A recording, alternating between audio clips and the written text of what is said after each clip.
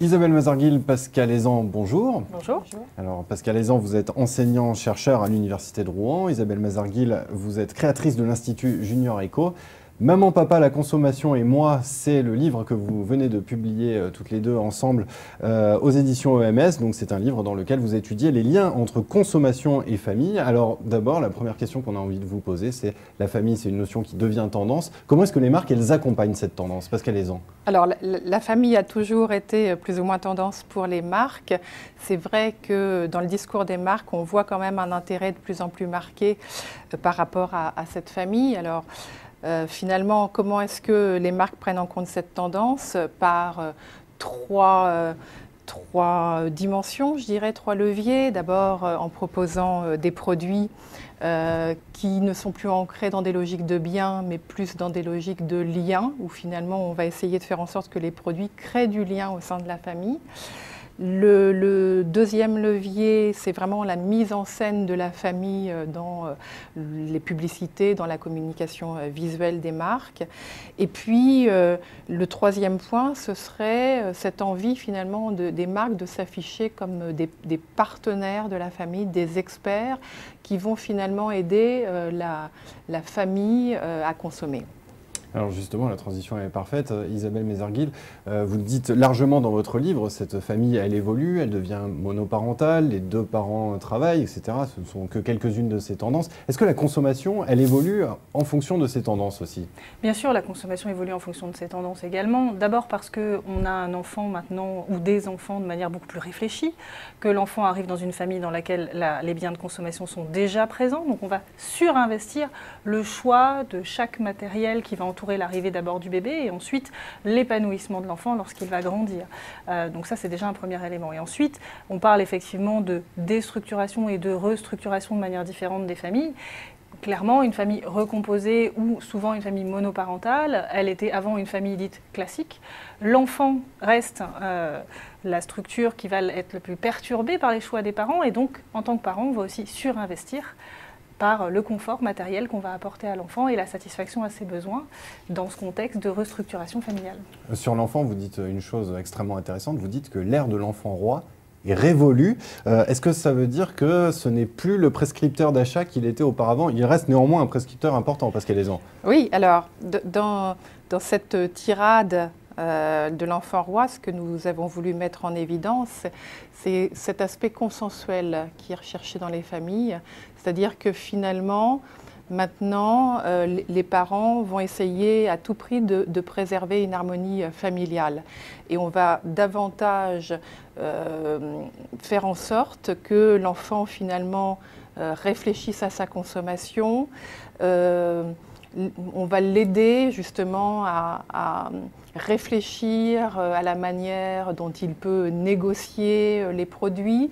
Et on ne cède plus à tous ses caprices. Voilà, c'est ça. L'objectif, c'est finalement éviter que l'enfant réclame à tort et à travers, mais les parents se voient comme des accompagnateurs de la relation enfant-marque. Isabelle Mazarguil, un mot sur cette question? Oui, je rejoins tout à fait ce que dit Pascal, d'autant que les études récentes que nous avons menées montrent qu'il y a vraiment aujourd'hui, pour la plupart des postes d'achat au sein de la famille, une recherche de consensus avec des décisions qui se prennent de manière conjointe.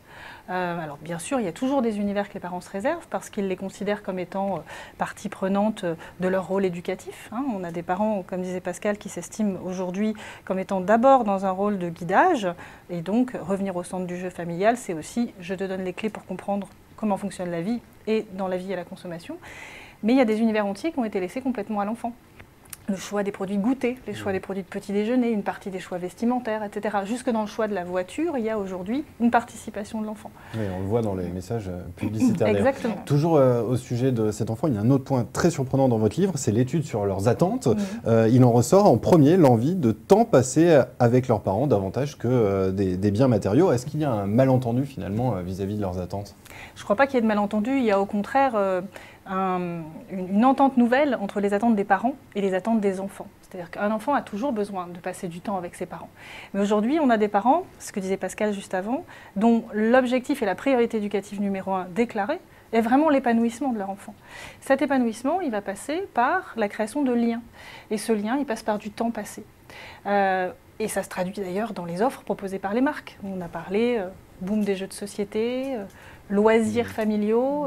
Aujourd'hui, ce que souhaitent parents et enfants, c'est passer un temps harmonieux ensemble, quitte à ce que ce soit organisé par la consommation. Donc, Pascal Aizan, les marques ont bien compris les attentes des enfants. Quelles sont les techniques marketing pour s'adresser maintenant à ces nouveaux enfants, dans ce nouvel écosystème familial ? Alors, les techniques marketing, c'est justement le fait de ne pas forcément s'adresser aux enfants. Je crois que les marques ont ancré leur discours dans une logique de responsabilité sociale, où finalement l'enfant, c'est un individu qui est souvent considéré par la société comme un individu un peu vulnérable. Et l'idée des marques, c'est justement d'avoir cette logique de double cible, c'est-à-dire de parler à la fois aux mamans, éventuellement au papa et à l'enfant. Donc les messages directs au niveau des enfants, on les retrouve encore dans certains secteurs comme le jouet, parce que là, l'enfant est vraiment prescripteur, ce qu'on évoquait à l'instant. Mais par exemple, dans des secteurs qui suscitent un peu plus de polémique, compte tenu de l'obésité, du surpoids par exemple, dans le secteur agroalimentaire, et bien là, la logique, c'est vraiment d'abord de considérer la mère et derrière la mère, finalement, penser à l'enfant. Mais voilà, la communication des marques, elle vise en priorité, je pense que ça, c'est quand même une tendance très forte, les parents et ensuite les enfants. Est-ce qu'on peut dire, Isabelle Mazarguil, que la consommation, elle va jusqu'à structurer les nouvelles relations familiales ? Alors, les structurer peut-être pas, mais y participer considérablement. C'est-à-dire qu'aujourd'hui, on a des parents qui admettent complètement que consommer, c'est aussi éduquer. C'est-à-dire quand on consomme, devant ses enfants, on leur fait passer des messages éducatifs qui relèvent de la transmission, qui ensuite seront reproduits. Et ces messages éducatifs, ce sont aussi des messages de valeur.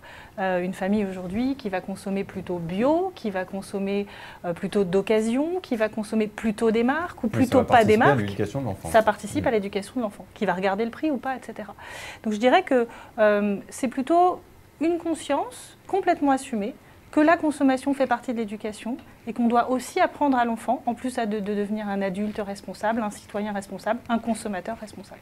Pascal Aizan. Oui, et puis j'ajouterais par rapport à ce qu'a dit Isabelle, c'est que finalement, au sein de la famille, il va y avoir des rituels de consommation. Et ces rituels vont finalement aussi structurer la mémoire familiale. On pense par exemple à Noël, quand on interroge les familles, on voit très bien que la consommation est omniprésente dans les rituels de consommation et que finalement, ces souvenirs ancrés dans la consommation vont être des vecteurs de transmission. Donc finalement, au-delà des modèles, c'est vraiment l'identité familiale qui finalement est investie au travers de la consommation.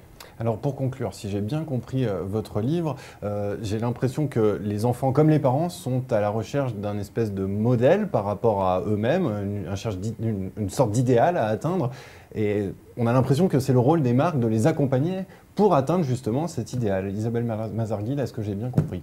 Alors, je dirais que les familles ne sont pas à la recherche d'un modèle de famille. En revanche, elles sont à la recherche d'un modèle d'harmonie familiale. D'harmonie familiale. De temps passé familial harmonieux.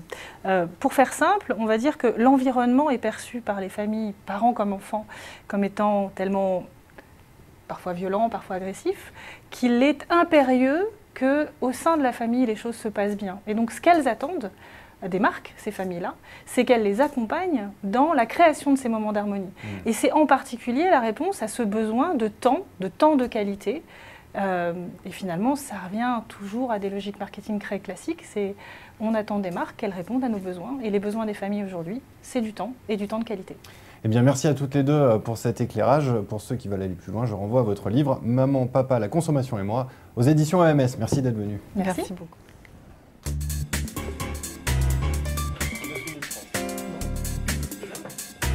Ça va ? Bon. Parfait dans la longueur de vos réponses. Ah bon ? Oui. Nickel.